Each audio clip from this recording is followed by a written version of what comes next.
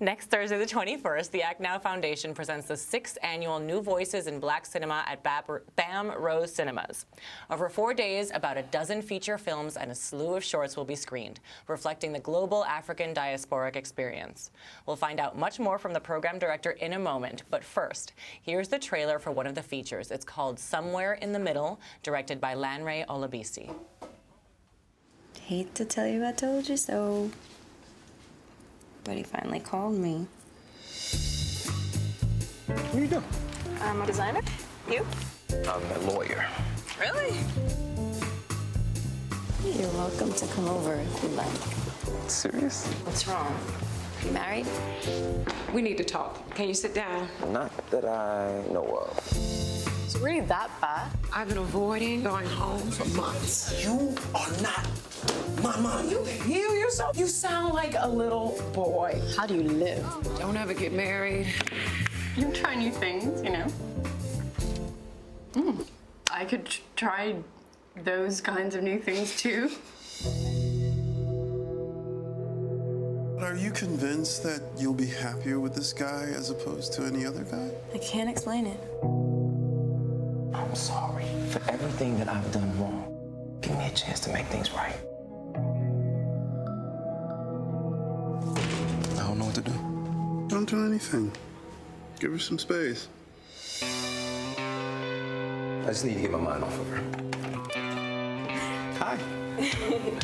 Oh, hey. I just wanted to talk to you about. No, honestly, that kind of stuff happens to me all the time. It's Does it? Really? weird. You gotta get it together. You're falling apart. I made a mistake. After you get what you want, a mistake. Enough with the lies. This relationship stops today. I think we go back to keeping things 100% professional.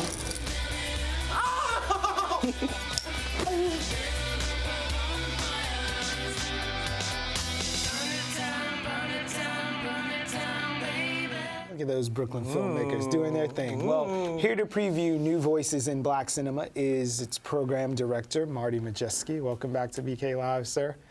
Marty is also the managing director of Act Now Productions, a nonprofit based in Fort Greene that's provided a platform for ethnic and racial diversity in TV and film for a decade. We're going to let Marty preview the festival in just a moment, but we also have 2 more guests to introduce to you. On April 20th, the day before the festival begins, we're hosting our own New Voices event, also presented by Act Now Foundation. Our BRIC Flicks film series will spotlight a role that's never seen, but always heard, and often taken for granted, that of the film composer. 2 of the composers appearing here next Wednesday join us now. Ricky Gordon, thanks for being here. Thank you very much. Welcome to the show. And Wendell Haynes. Welcome. Thank you for being here with us. So starting with you, Marty, can you tell us about the BRIC Flicks partnership event? Yeah, so the BRIC Flicks partnership event is opening the festival. Okay. Wednesday, April 20th is our date, and we'll be right here on the stoop. Right. And we're looking forward to it. Yeah, after work, 6:30, we'll be open, and we'll have a little networking, and then we'll start the panel at around 7 p.m. And it will be a panel discussing television and film music scoring with our distinguished guests. And who's on this panel? Well, we have Mr. Ricky Gordon. Is this the panel? And Mr. Wendell Haynes, as well as a couple of other participants. Mark Morrill will be here, and also Rashidi Hendricks. Very cool. Okay. Yeah. You didn't even know. You're impressed yourself. I know Rashidi. He knows Rashidi, yeah. Well, speaking of knowing Rashidi, how small is this world of composers who are actively working in TV and film? And I imagine that little Venn diagram gets even smaller when you make people of color in that world of scoring these TV and film as well. So you guys all like in a fraternity? You know, it is tight. It's very tight. There are a lot of talented people, and the talented people, if they are outgoing enough, they can find the right connections in order to work with directors. You know, in order to get the work, because that's really what it comes down to. Even though there's a small section of people you may know, there are composers all around the world, right? but you start to know the people who you see in the same spaces, and you can tell who's working and who's doing things, and it's a really good way to network and get your sound out there, because that's what it's all about. Ricky, do you see a lot of diversity in the world, or no? Yeah, it's a lot out there. Like Wendell said, people are all around. I mean, some people, they are blessed with their music and or to get on a film that has some sort of distribution. And there are a lot of people that's still out there that's growing and growing and growing. But when you go to events, so for instance, I go to specific annual events each year, and I happen to know a lot of people there because can tell you're a shrinking violet. You're the quiet type standing in the room. But you can definitely tell that there are a limited number of black composers at the event. And that's not necessarily, that doesn't mean that there's not that many black composers out there. Right. It just means that they didn't all show up at these events that are often, maybe they don't know about the events, or maybe they decide, they pick which ones they're going to go to that year, whatever. But I do think there is there's some realness to when you go to an event and you see that there's not that many black composers. It equates to the general public as well in terms of that. And I think what you really have to narrow it down to is the fact that there are so many opportunities out there. Yeah. But unless you put yourself out there to be seen and to be noticed, it's just not going to happen. So Marty, speaking to that fact, people don't often think of scoring as the sexiest part of TV and film. Everyone wants to bring in the actress or the director or even the writer sometimes. Why'd you guys decide to kick things off with these talented folks? Yeah, we thought it would be different. We wanted to shed some light on that. I mean, it's such an essential part of the creative process when you're talking about any kind of visual medium. Right. We thought it'd be different, and we just we said, let's try something that people aren't often doing, and introduce people to the ones that are out here doing the work, and maybe can help other people, point them in the right direction, get them inspired, and let them know that there are opportunities and they can take advantage of them. We just have to know about it. Speaking of the process, Ricky, can you tell us a little bit about your process and some of your work? Well, you have to, for one, you have to come on Wednesday, and you can actually witness the project. Yes. I mean, the process. But I mean, it starts with the relationship. It's like the mantra that Chase has, where the right relationship matters. And it starts with that, the dialogue between the film composer and the writer or director, and just trying to get in that person's head to understand what they want and how you can bring the emotion to the film. It's very important. And there's a whole nother business component to it also, which we're going to get into next week. Business component. Speaking of very important, paying some bills, we got some commercial work, literally a commercial that was scored by one of our guests. I think we're going to go to that right now. Surprise. Sometimes information can get twisted. Bonds, 401k, small caps, and diversifying blue chips. Heard the bonds place off the 401 is a blue chip. This bond called 401 is gonna be a blue chip. I heard the Bonds Potato Chip Company is coming out with the Blue Sweet Potato Chip. Blue sweet potato chips? Fortunately, the same State Farm agent who helps protect you and your family can also give you reliable information on banking, insurance, and investing. Call your State Farm agent today. So the message might have got a little muddled in that game of telephone, but the music was clear, right? Yeah. It's like the unseen force that makes you feel something and you don't even know you're being manipulated.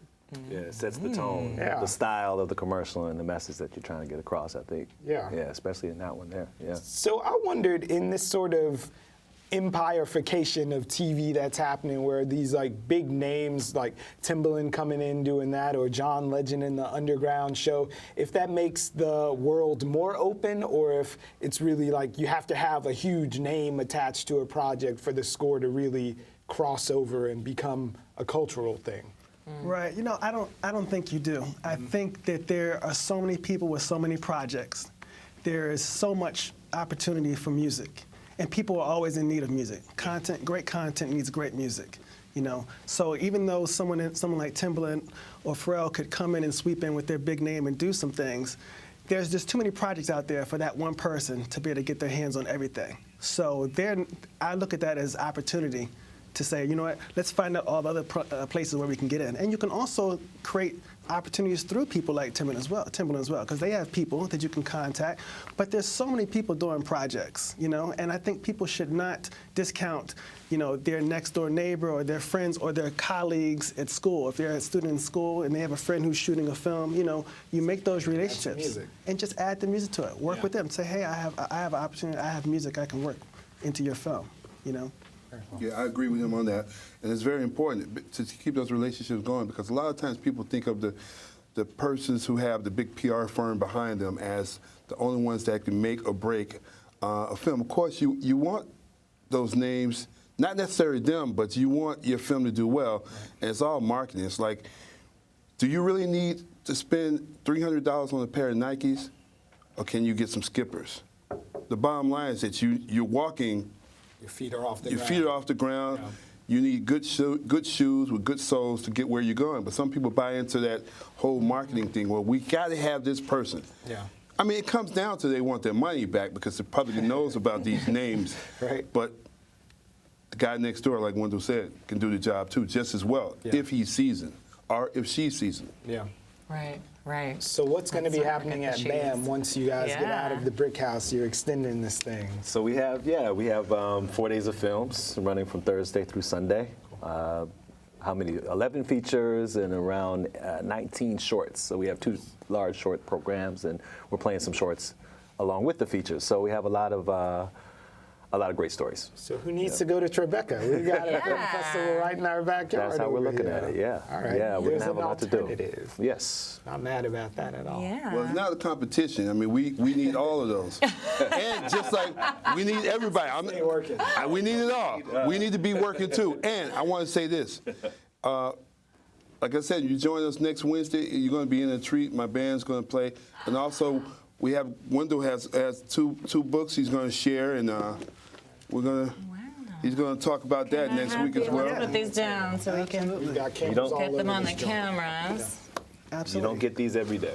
You sure don't. I have a company called Volition, VolitionSound.com, and we've scored over 3,000 TV commercials over the last months of years, 10 years or so. And wow. And so I say this because there are multiple ways music composers can create revenue streams for themselves. Right. We just saw Ricky's composition for a State Farm commercial. But there's so many brands out there, and in accumulating these kind of relationships, you're also making strides towards new relationships in film. Because I have yesterday's commercial director might be Scorsese in a year. Absolutely, Marjorie Clark. I did a lot of work with her for Ford at an agency called Uniworld, and now she just got an award from the NAACP for being a producer on the latest Muhammad Ali documentary, Ali. You know, and that's a relationship that you can have. You can have a relationship in the commercial industry, and that can carry over into the film industry, and that's how you make your bridge. So what's the brass ring then? If you talked about the Muhammad Ali documentary, but do you guys want to score like the Ken Burns, Jackie Robinson thing? Like, what is the one that everyone's chasing? Like, oh, I got to get on that. Well, or is there any one? I mean, I'm chasing the score with whoever I have a great feeling with. I mean, like I scored Kiara Jones's last film. It's called Christmas Wedding Baby. It's out on Netflix. I mean, I tend to want to work with women directors, whomever I can. But really, I like working with the diversified. Right. We got another one we're working with, a young lady that's American from Dominican descent. Woo! So, yeah, we in your neighborhood. We everywhere. We all over.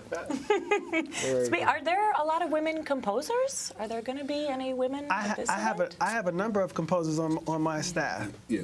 You know, so women composers on my staff. Yeah. So yeah. Is it like slowly breaking in, or they've always been around? I think they're always there. Again, it's just Haven't we, though? they're always there. Again, it's about finding those connections and then making your mark, because it's there. The opportunity is there. I don't see it. Maybe we should just challenge everyone who's coming down Wednesday to write some new theme music for BK Live. And donate it in kind. You know, we are a community resource here. So if you guys just wanted to come up with some walking on music for Melody Your Eyes, yes, we wouldn't be mad at you. Please take that challenge seriously. On the female composers, I mean, you have Karen Bostic, who it's out there. You have, I think Francis Ford Coppola's daughter, Sophia Coppola. Patrice Rushen. Coppola, Patrice Rushen. That's right. From the 80s? Yeah, I mean, there are a lot of women composers that people don't really know, and we just have to seek them out and find out who they are. Just like there are women directors right. and writers. Right. How to Get Away with Murder. Woman's got what? How many shows? I mean, how many? Shondaland. Shonda. The whole night. And counting. Yeah. And counting. I mean, Mari's had these ladies. I'm sorry to cut you off. Yeah. Mari's had women directors. Directors. Certainly, yes. We absolutely look towards that. So there's a lot of diversity. You don't have to just be in front of the camera to make your living and make an impact on the film business, from music to writing, to producing, to programming, and helping people get their foot in the door.